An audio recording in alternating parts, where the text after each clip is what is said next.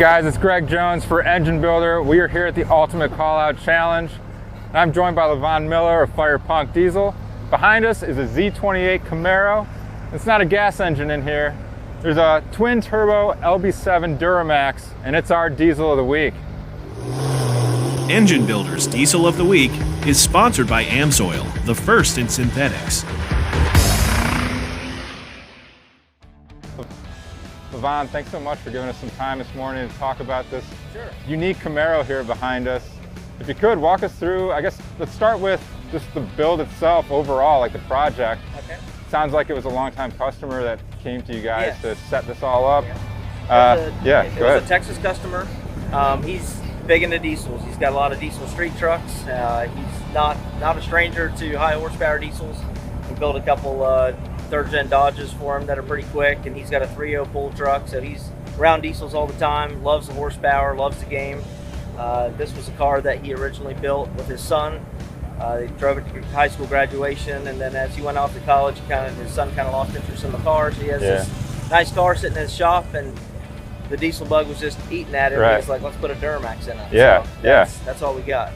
And it fits in there pretty well. It really does. It doesn't look out of place, so that's awesome. We can fit it all with the factory hood, and everything is I think it's gonna tuck in there really nicely. Yeah. So the goal that he wants to end up with is something that's 1150, 1200 horsepower, something that he can drive to go get some ice cream on a Sunday afternoon, or go to the drag strip and run a 9-second pass on a Friday night just for fun. Something to talk about with his buddies. A little bit of everything. Have a good time. Awesome. So Levon, if you would, walk us through a little bit about the build itself in terms of the engine work and some of the other stuff that you guys did at Fire Punk. I understand Wagler did some of the long block work. Yes. Wagler did assemble the motor. This would be their Street Fighter Duramax platform. Okay. So it has Cali's billet crank, and then Wagler billet rods that are narrowed to fit the crank.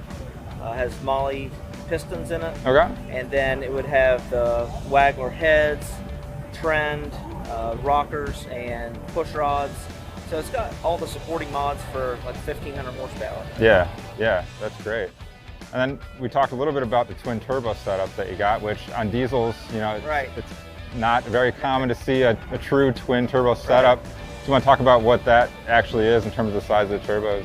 Sure. Well, we kind of wanted to do the twin turbos for the cool factor, and then the concern was, can we really get the drivability out of it?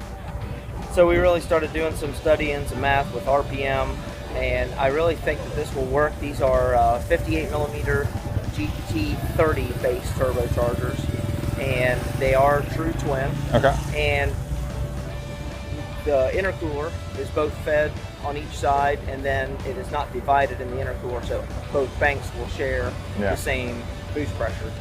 So I can't really tell you how good it works because the car's not running yet, but mathematically on paper, I think it's going to drive pretty decent. It should sound really rowdy. We have two little turbos coming out with the side pipes, and it should be a fun car to drive around and get some attention with. And then speaking of Exergy, I think it's got some of their fuel system parts in here. Exergy actually is pretty important on this build to make it drive nice, because we're putting a Bosch 25 Sport ECU on it.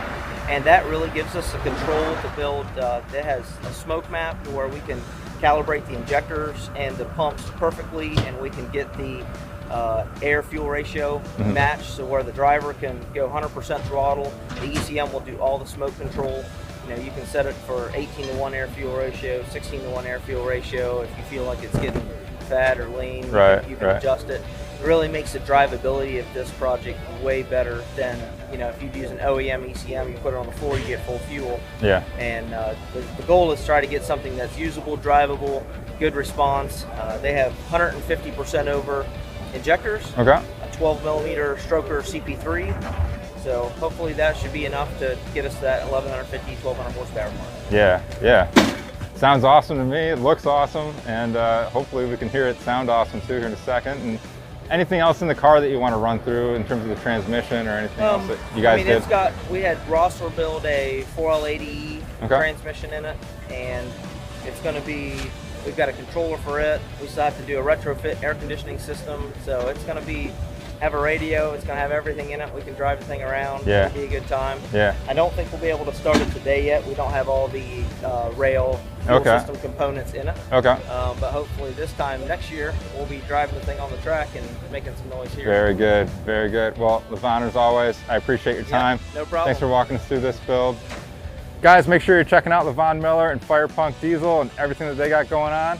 And please make sure you're checking out Engine Builder for more engine content. We appreciate you watching, and we'll see you next time.